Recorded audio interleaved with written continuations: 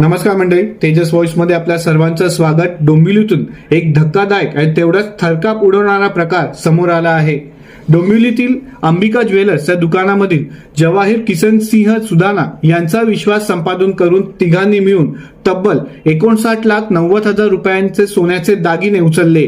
आणि सगळ्यात महत्वाचं आहे या फसवणुकीत की पैसेच, म्हणजे ज्यांनी फसवणूक केली त्यांनी 1 रुपयाही दिला नाही. ही खरी खासियत आहे या फसवणुकीची.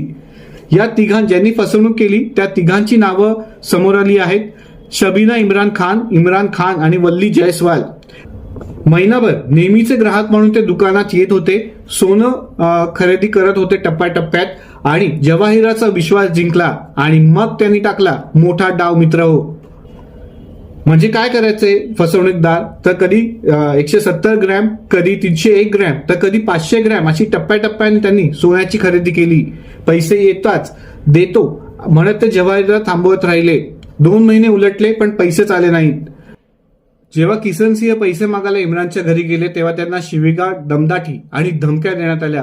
घरी पैसे मागायला येऊ नका अशी तंबीही देण्यात आली. यानंतर किसन सिंह यांनी मानपाडा पोलीस ठाण्यात तक्रार दाखल केली आहे आणि तिन्ही आरोपींवर आता गुन्हा दाखल झाला आहे.